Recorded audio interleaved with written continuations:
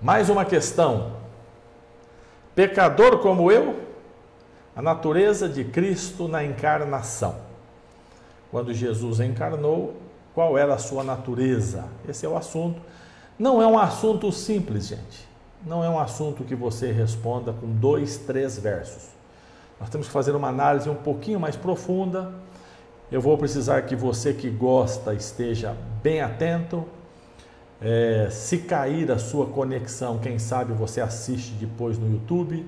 Se você perder o fio da meada, não tire conclusões precipitadas, assista o vídeo completo, veja a linha de argumentação, pense, ore e depois você toma então a sua decisão, tá certo?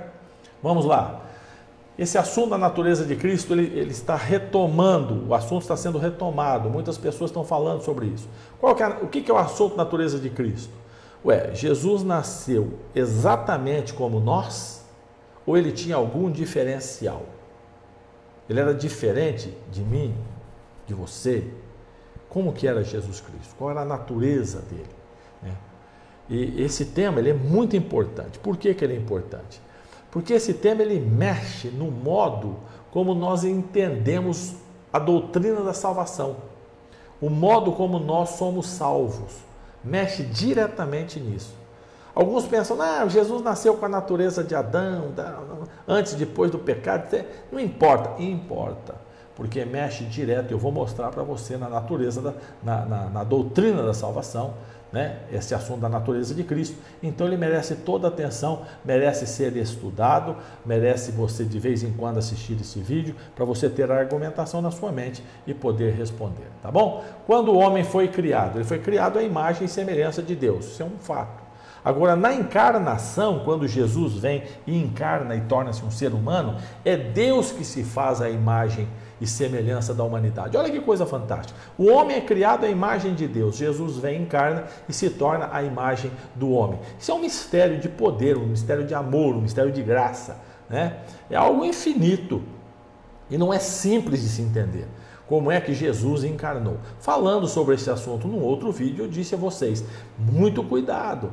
Vamos começar a especular. Olha, como a encarnação foi desse modo, daquele modo, Maria ficou grávida. Isso é especulação, isso é muito perigoso. Por isso, inclusive, eu quero deixar com você o conselho de Moisés, ali junto à sarça, em Êxodo 3:5.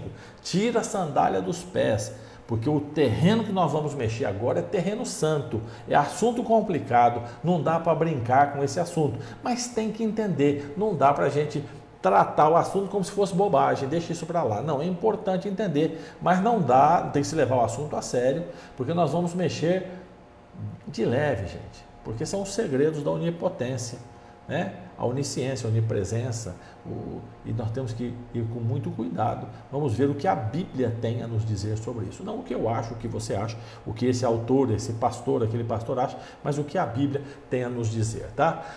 Tem perguntas que desafiam o nosso jeito de entender, porque você pega a palavra de Deus e fala, meu Deus, e agora? E aqui? O que está acontecendo? Qual foi a natureza de Jesus? Jesus, ele tinha a natureza de Adão ou ele tinha a minha natureza depois do pecado, a natureza de Adão quando foi criado? Jesus tinha propensão, ele tinha vontade de pecar como nós temos, ou ele tinha uma natureza isenta do mal como Adão quando saiu das mãos de Deus? É a mesma coisa, não é. Você já ouviu dizer essa frase, a mesma coisa é caminhão de coco, aí é a mesma coisa, não tem jeito. A natureza de Adão, que saiu da mão de Deus, é uma. Depois do pecado, a natureza dele é a natureza pecaminosa, é outra natureza. E Jesus tinha qual das duas naturezas? Este é o assunto. E a Bíblia parece que ela se contradiz, porque tem verso que dá a impressão que ele está falando que Jesus tinha pureza moral, que ele encarnou com a natureza de Adão quando saiu da mão de Deus puro, perfeito, moralmente. E tem outros textos que dá a impressão que Jesus tinha a natureza minha e sua, uma natureza com propensão, com vontade de pecar. Agora, tem que entender o seguinte, a Bíblia não entra em contradição. A gente não pesquisa, isso é muito difícil, esse texto é complicado, eu não vou mexer com isso, não tenho tempo, eu estou cansado, vamos ver o que o pastor fala, o que o irmão fala, o que o outro fala, e não é assim. tem que parar com essa mania de eu vou ouvir o que o pastor tem a dizer. Inclusive, não é para ficar ouvindo o que eu tenho a dizer, é para ver o que a Bíblia tem a dizer. E se eu tirar a Bíblia fora e começar a dizer eu acho, desliga o vídeo, apaga o canal, sai da página, não fala para ninguém. Porque não pode ser assim, tem que ser o assunto Bíblia, o assunto nosso é Bíblia. Vamos ver o que a Bíblia tem, vamos cavar profundamente na Bíblia e respostas, tá? Quando se fala da natureza de Cristo, o assunto se divide basicamente em dois grupos, né? O grupo pré-lapsariano. Nossa, que nome difícil. Pensa em lapso. O que é lapso? Lapso é erro, é falha, tá? Pré-lapsariano. A natureza de Cristo é a natureza antes do lapso, antes da falha de Adão. Adão falhou. Houve uma falha, houve um lapso, houve um erro, né? A natureza de Adão muda depois do erro. Ele passa a ter propensão, vontade de pecar. A natureza de Cristo era a natureza antes da falha, do lapso de Adão, ou outros acreditam que Jesus tinha a natureza de Adão depois da falha. Esses são basicamente os dois grupos, tá? Alguns entendem que Jesus encarnou com a natureza semelhante de Adão antes do pecado, diferente da nossa. A natureza de Cristo e a minha é diferente, porque é a de Adão antes do pecado. Quem entende dessa forma, consegue entender e dar ênfase a Cristo como substituto. Então, eu não vou me salvar sozinho, quem vai me salvar é Jesus Cristo. A ênfase da salvação não está em mim, está em Jesus. Então, todos que têm a visão pré-lapsariana, a natureza de Jesus é antes do lapso, antes da falha, antes da queda, eles veem Jesus como o substituto.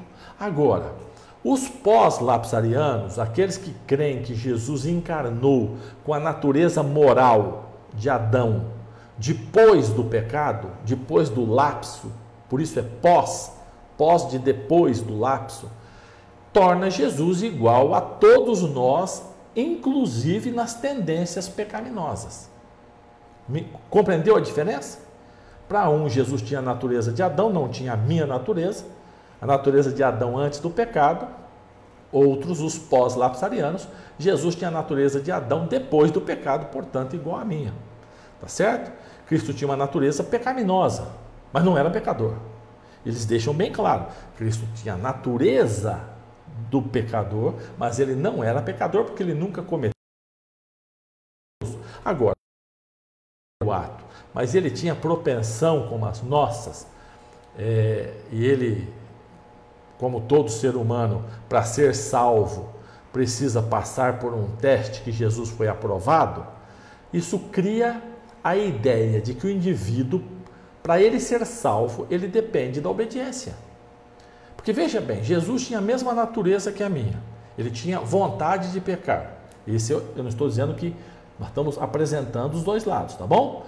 Pós-lapsariano, depois da queda, depois do lapso, a natureza de Adão, nesse momento, é uma natureza com propensão para o pecado. Se Jesus tinha propensão para o pecado e ele passou, e ele foi aprovado, então o que o salvou foi a sua obediência. Então a teologia da salvação, Jesus substituto, Jesus no lugar, no meu lugar, acabou. Por quê? Porque é só eu me matar aqui, me esforçar e seguir tudo que Deus está mandando e eu me salvo. Eu não preciso de Jesus Cristo. Porque se Jesus é um modelo e ele conseguiu na garra, eu consigo na garra. E daí nasce o perfeccionismo. É das portas abertas para o indivíduo pregar que você vai ser perfeito hoje aqui na terra, acreditando que Jesus tinha a natureza pós-lapsariana. Tá certo? Vamos responder isso aí. Eu mostrei para vocês bem simprão aqui, a grosso modo, os dois. Tá? Então, no pré-lapsarianismo, a natureza é diferente da minha, da sua, e no pós-lapsarianismo é exatamente igual. Agora, qual das duas está certa? Vamos ver na Bíblia qual das duas está certa. Vamos ver o que a Bíblia fala. Tem algumas características morais de Jesus Cristo que estão descritas na Bíblia, que você não vai verificar em nenhum outro ser humano.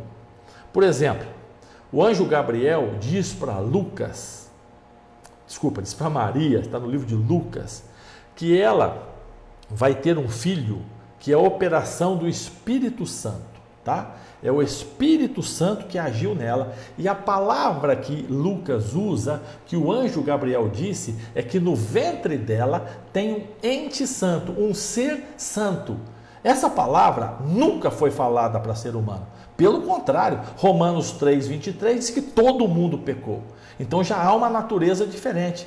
Todo mundo pecou, mas Jesus é identificado como um ser santo, um ente santo. Outra coisa, em Lucas 1:35, deixa eu sair da tela para facilitar aqui, o anjo acrescenta para Jesus o seguinte: você vai ser chamado filho de Deus. Mas a Bíblia diz que eu fui concebido em pecado. Já existia o pecado, eu estava num meio pecaminoso, tá? Desde o ventre da minha mãe, porque minha mãe vivia em pecado, no meio do pecado, ela era pecadora, meu pai era pecador, eu nasci, eu fui concebido, né, em meio pecaminoso, também diferente de Jesus. Pedro, por exemplo, desculpa, eu errei a câmera, tá bom? Pedro, por exemplo, ele chama Jesus de o Santo de Deus. Isso está em João 6, mas Jesus... Não, santo não, nós temos a mesma natureza. Nós estamos aqui na luta. Eu vou batalhar aqui, eu batalho de cá, você batalha de lá. Não. Pedro se refere a ele como o Santo de Deus e Jesus aceita. Por outro lado, em Romanos 3:9, diz que eu e você estamos debaixo do poder do pecado. Então nós somos completamente, enquanto ele é santo, eu estou debaixo do poder do pecado. Em Romanos 7, diz que tem uma força dentro de mim que me empurra para pecar. O bem que eu quero fazer, eu não faço. O mal que eu não quero fazer, eu faço. Então você percebe que entre eu e Jesus existem grandes diferenças. Grandes diferenças. A Bíblia apresenta, já mostrei vários textos a vocês, que ele era um ente santo, filho de Deus, o santo de Deus. E eu não. Eu sou no meio do pecado. Eu sou um miserável. Você é um miserável. Não adianta você achar que você é melhor que eu, que nós dois estamos aqui disputando o troféu de o pior. Nós somos os piores. Você entendeu? E Jesus tem outra natureza. Agora, Jesus, quando ele vai falar da existência dele, quando ele vai falar sobre ele, em João 8:46, ele faz a seguinte pergunta: quem entre vocês me convence que eu sou pecador? Olha, você percebe a diferença? Enquanto eu nasci em pecado, eu sou empurrado para o pecado, eu tenho vontade de pecar. Não é que eu tenho vontade de fazer certo e escapa ao pecado. Não. Eu tenho vontade de fazer errado e luto para não fazer. E a graça de Cristo vai me transformando no processo da santificação. Mas eu e você temos muita vontade. Eu ia dizer que nós somos muito doidos para pecar. Entendeu? Agora a pergunta de Jesus é outra: quem entre vocês me convence do pecado? E quando ele fala do Espírito Santo, né, em João 16, ele diz assim, que ele convencerá o mundo do pecado, da justiça e do juízo. São atitudes que não ocorrem com Jesus Cristo. E na mesma linha que nós estamos falando, o apóstolo João, em 1 João 3,5, diz assim, olha, bem sabeis que ele, falando de Jesus, se manifestou para tirar os nossos pecados, e nele não há pecado. Tá? O termo grego usado nessa passagem é hamartia. Junto com a palavra existe, é a noção do pecado essência, né? Nele não existe pecado, não tem essência de pecado nele, entendeu? Não tem, ele não cometeu, ele não tinha vontade, não era assim Jesus Cristo. No original grego fica bem claro, em português fica, não vê quem não quer, né? Nele não há pecado, mas não é num ato pecaminoso, não há vontade, não há essa paixão para o pecado que nós temos. Gente, nós temos desculpa para... Pensa para você ver. Qualquer coisa eu tenho desculpa. Não, mas isso, veja bem, no meio da crise não deu. Não, mas está apertado, sábado, como é que vai fazer? Também é meia horinha só. Não, mas foi só um pedacinho, foi só um golinho, foi só um traguinho, né? Foi só esse mês que vem não. Não, na realidade não foi traição, foi só uma conversinha na internet. Nós temos desculpa para todo pecado, porque o pecado faz parte da minha essência. Eu gosto de pecar, você gosta também. entendeu? Então, com facilidade. Você lê a Bíblia 6 meses, todo dia. Você fica uma semana sem ler, você perdeu o hábito. Você assiste uma série no Netflix, 3 dias você está viciado. Por quê? Porque há uma propensão. A nossa natureza nos impulsiona para o pecado. Jesus não tinha essa propensão para o pecado. Então, nesses textos que nós lemos, fica bem claro que no aspecto moral, a natureza de Cristo era muito parecida, se assemelhava com a de Adão antes de pecar. Tá? Com o primeiro homem. Jesus não tinha essa vontade doida que nós temos de pecar. Tanto que ele fala, quem de vocês me convence que eu sou pecaminoso. Tá? Agora, no ponto de vista físico, é aí que complica a conversa, Cristo parecia conosco, com a humanidade, depois do pecado. Então, moralmente, ele parece com Adão antes do pecado, e fisicamente ele tem os traços da humanidade depois do pecado. Por exemplo, Jesus tinha necessidades físicas, né?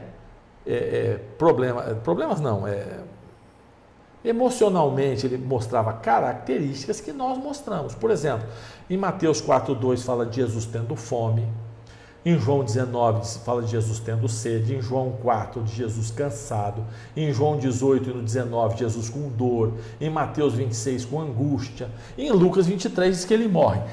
Não são atos pecaminosos, são características humanas. E Jesus tinha essas características humanas pós o pecado de Adão.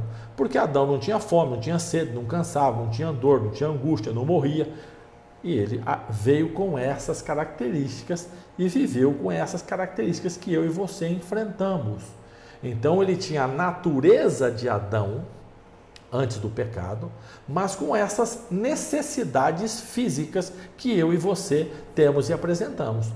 Né? Nesse aspecto, olha o que Paulo diz, Romanos 8,3, esse texto é importantíssimo para você entender.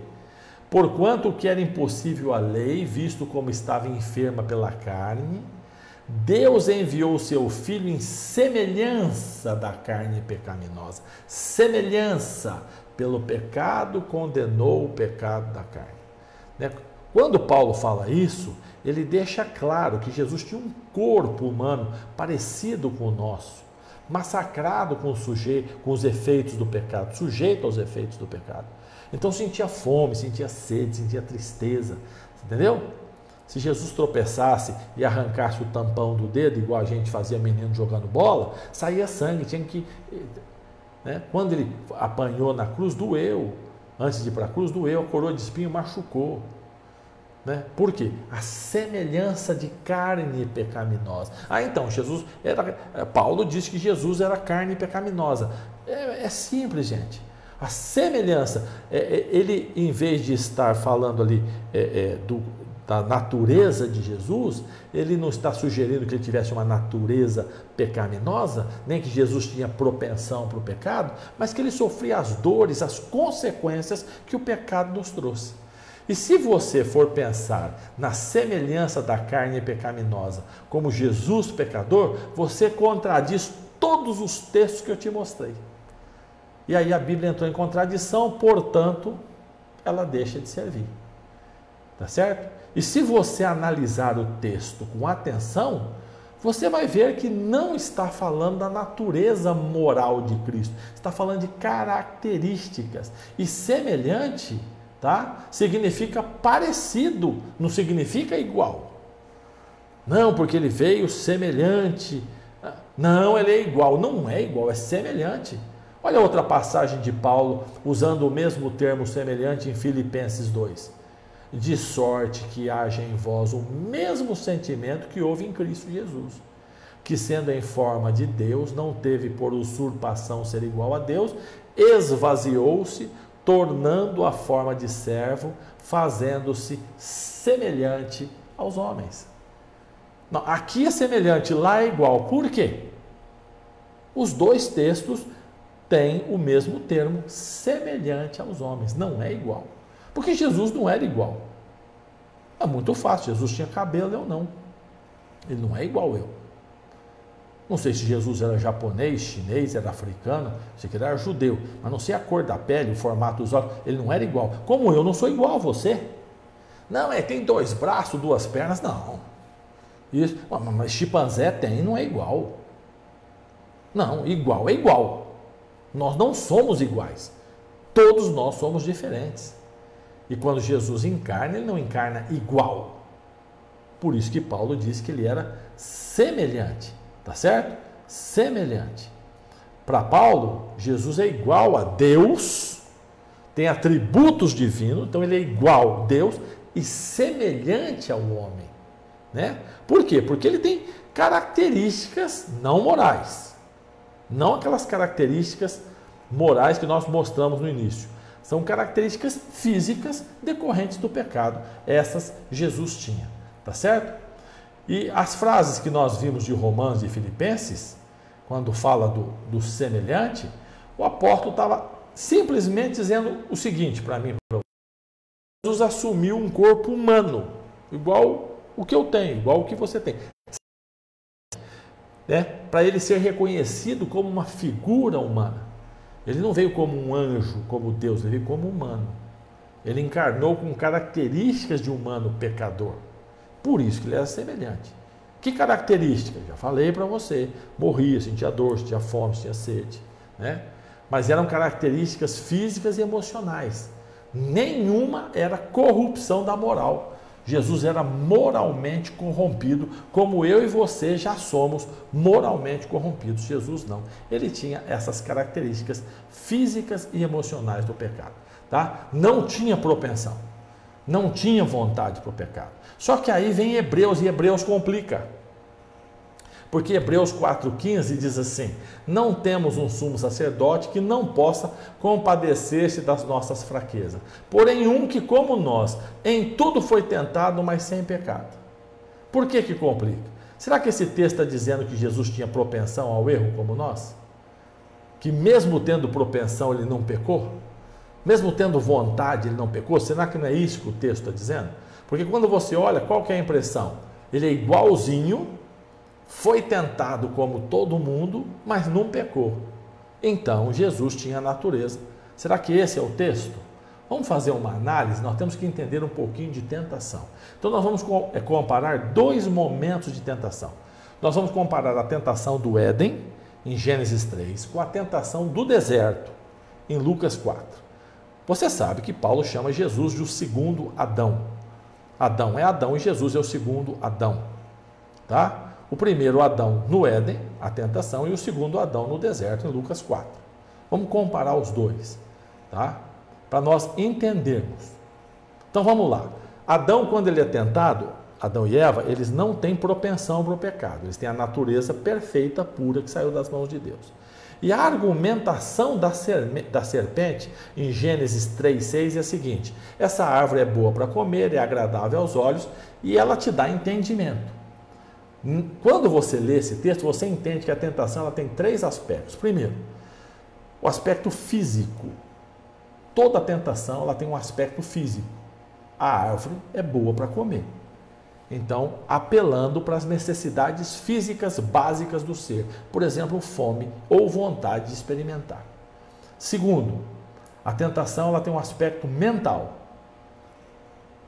A serpente diz para Adão e Eva assim: olha, essa árvore ela é agradável para os olhos. Então você analisa bem, você olha, você vai ver que ele é bonito, ele é agradável. Então mexe com a parte mental do indivíduo. E depois vai para a parte espiritual, quando ele diz assim: a árvore ela é desejável, porque você vai ficar inteligente, ela vai te dar entendimento. Querendo levar o indivíduo espiritualmente a se rebelar contra Deus, querendo ser Deus e ter todo o entendimento.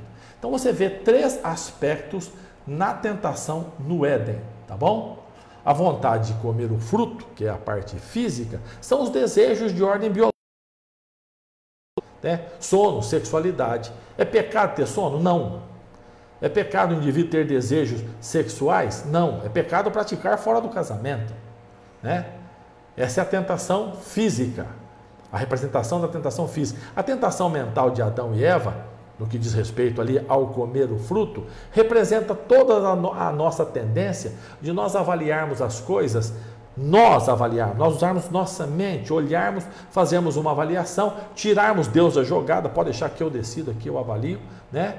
E decidir pelo que eu avaliei e eu acredito, tá? E quando ele diz erradamente para Adão e Eva que o fruto ia dar entendimento, e até tentando fazer Adão e Eva ser mais sábios que Deus. Você compreendeu? Toda tentação é assim. Toda tentação que eu e você sofremos é assim. Tentação de fumar é física. Física.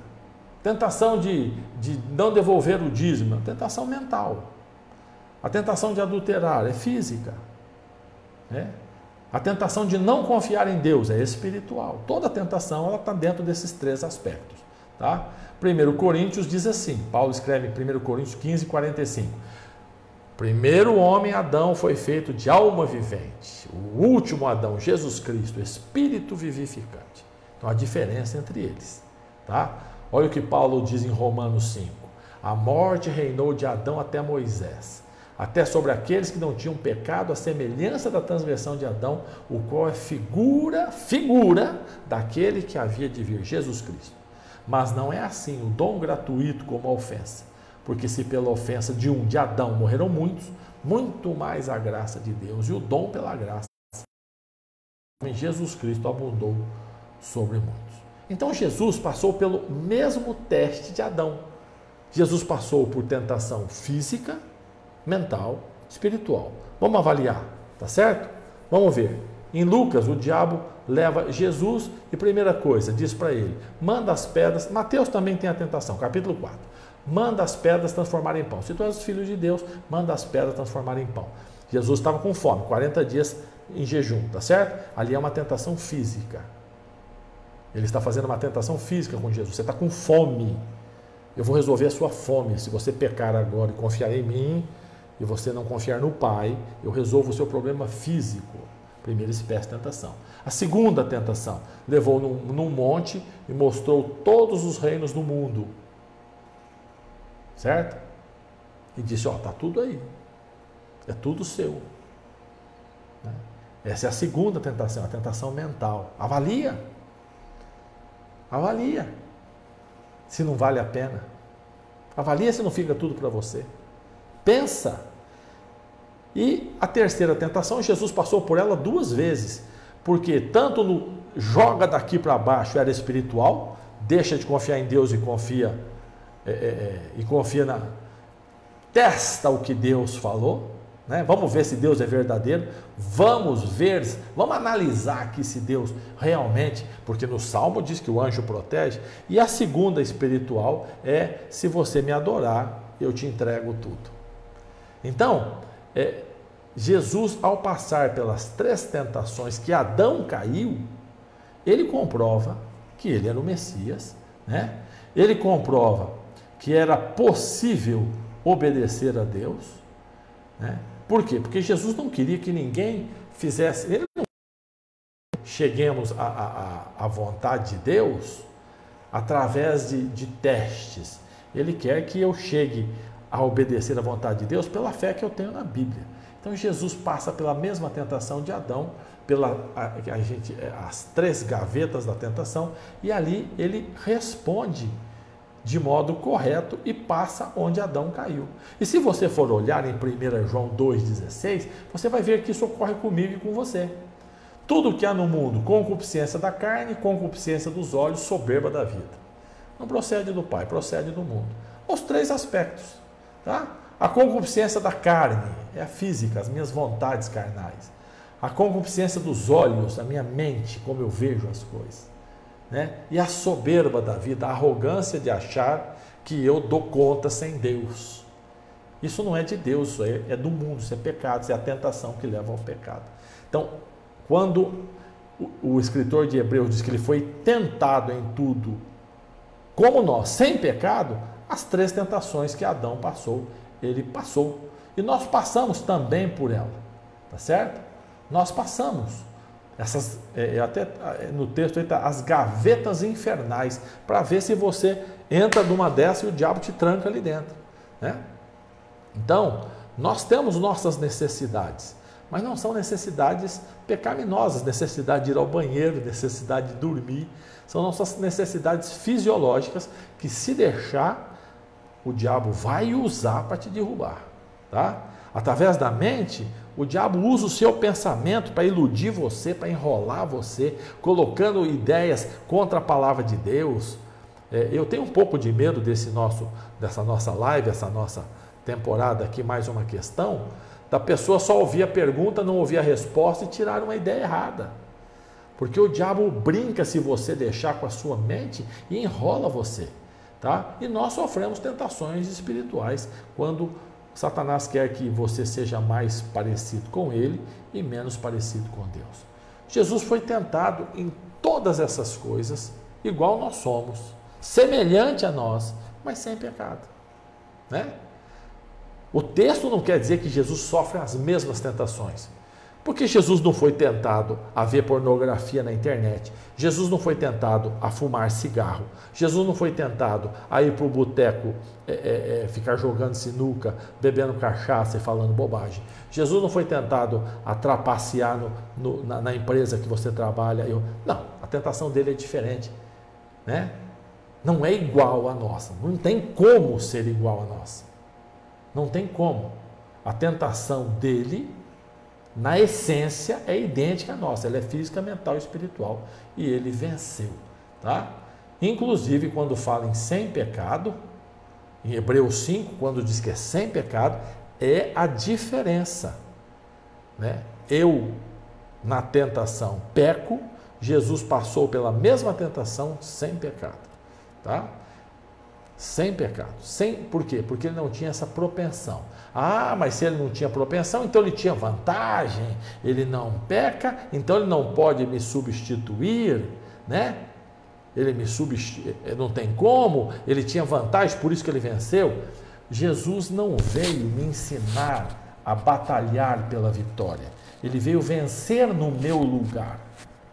Ele veio me libertar das garras do inimigo. Ele não veio me dar dicas para vencer a batalha. Ele veio lutar a batalha, vencer, e pela graça eu aceito a vitória dele e também sou vitorioso. Então ele não levou vantagem. Seria desonesto ele passar pelas tentações de Adão com uma natureza como a minha. Adão pecou sem propensão para o pecado. Jesus, no mesmo terreno, venceu Satanás e abriu as portas para a minha e para a sua salvação. Então, quando você vai estudar sobre a humanidade de Jesus, você sempre vai bater na graça salvadora. Sabe, na encarnação, Jesus Cristo, o eterno Deus, ele abandona a glória, ele se torna servo, ele fica parecido conosco, ele tem dor, ele tem fome, ele tem sede, ele é humilhado e no final ele morre. Mas ele ressuscita e ele leva as marcas eternas desse amor nele, nas mãos furadas, no lado traspassado. Ele entrou nas cortes celestiais, ele foi entronizado, esse é o termo. Ele recebeu um trono nas cortes celestiais e lá ele vive como o nosso sumo sacerdote, neste momento nos julgando, e embaixo ele vem, em breve, ele vem nos buscar.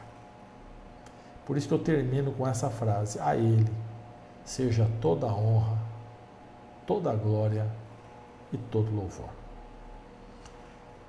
Eu espero que você não tenha dúvidas. Eu espero que você, ao terminar esse estudo, fique com alguns detalhes em sua mente. Primeiro, não é com as minhas nem com as suas forças que nós venceremos. A vitória só virá por intermédio de Jesus Cristo. Só aceitando a Jesus como meu Salvador, permitindo que Ele haja em minha vida, que o Espírito Santo transforme o meu ser, eu serei vitorioso. Não adianta você achar que com muita garra, muita oração, muita Bíblia, sozinho, você chega no céu. Não chega. Você chega no céu com Jesus Cristo.